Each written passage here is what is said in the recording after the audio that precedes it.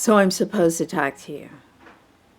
I'm supposed to talk to you like you're a person.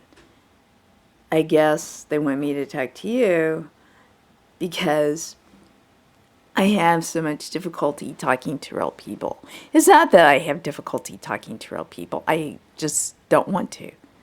I mean, why should I? There's nothing in it for me. They tell me that the way I feel about stuff and the way that I want to be by myself all the time and the way that I spend hours and hours and hours and hours and hours and hours and hours reading about outer space and stuff like that. They tell me it's not normal and that I'm not helping myself and that it's obsessive, and one of them even said that I'm addicted. I guess like people get addicted to TV. I'm addicted to the library. I'm addicted to standing in the stacks at the library reading books about the universe. I guess they think that, because I'm just this person who is on disability because, what do they call it? Difficulty adapting to adult life or something? I don't know. That was the first diagnosis. I haven't paid any attention since 1980. That's what they told me in 1980. That I had difficulty adjusting to adult life, and I've been on SSI ever since. I used to have a job. I was a legal secretary. I don't know. I don't know. I mean, you do that because it's like you're different people at different times. And whatever person you're going to be next is in front of you, and you it's like you follow yourself like you're in a queue. And I was a really fast typist in high school. In fact, that was the only thing that I could do very well. I barely passed English. I don't know why, because I read all the time. I read a lot more than any of those other kids. I did okay in math, but, they said I was unmotivated and that I was not very good at focusing, and I think that they thought that meant that I wasn't very smart, and so they pushed me into, I don't know, what do they call it, secretary prep? Is that what they would call it, secretary prep? They didn't have administrative assistants in those days, I mean, not where I was from anyway. They didn't. And they just pushed and pushed and pushed and pushed and pushed. And I had this teacher who, I don't know, I guess she liked me. Mostly, I would help her organize stuff, file stuff, whatever after class, and she would complain to me about her husband and her kids, and I guess she thought we were friends. I mean, it seems to me, I was 17 years old, and the word that everybody likes to throw around, it was inappropriate.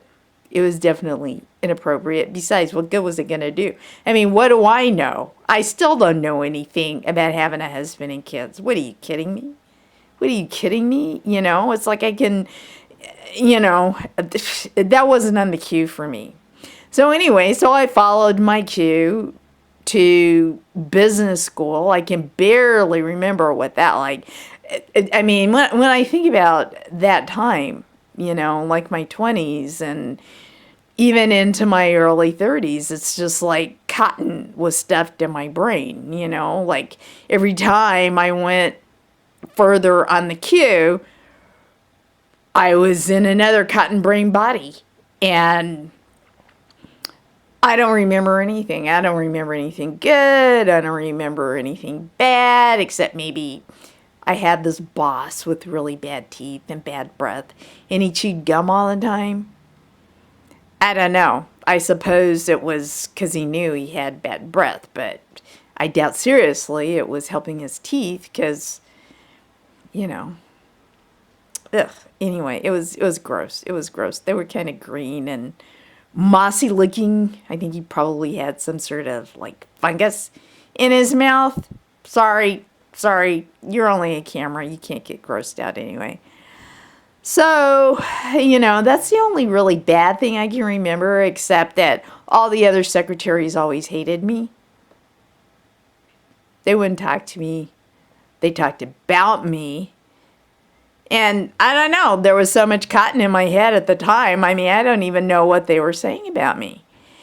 And I mean, it was like so nothing. It was such a nothing life that I can't even remember being bored. And I'm sure I was. I'm sure I was, because the next thing I knew, I was like 35, 36. And every chance I got, I was in the library. I was always in the library. And I don't know, maybe I saw Cosmos, or I don't know, maybe even Star Wars or something. I don't know. I was reading all these books about like outer space and the universe. I learned some stuff about physics. I learned about, molecules, neutrons, protons, electrons, all that stuff. I mean, I just really liked it. I mean, that's where I was on my lunch hour. That's where I was after work. I would go to bookstores before work, and so 10 hours a day, I guess, I was reading about outer space, and pretty soon I just wasn't interested in anything else, because it's like the universe was so big, and it, the more I read, the more I learned, the more big it seemed, and the more insignificant everything else was. And they said, I don't know, they found me in the library one day, and I was like all scrunched up in a fetal position, and it's like I couldn't move, and I guess I was sort of catatonic or something, and they put me in a hospital, and it kept happening. After I got better the first time, it kept happening, and each time it was worse. And that's when they said I had difficulty adjusting to adult life. And I don't know, it was kind of a stupid idea to put me on SSI if they didn't want me reading about science, because after a while, that's all I did. Library opens, I'm there. Library closes, they have to kick me out, and I'm always in the same place. I've read through some of those shelves 5 times. Okay, that's all. I can't talk to a camera anymore. This is stupid.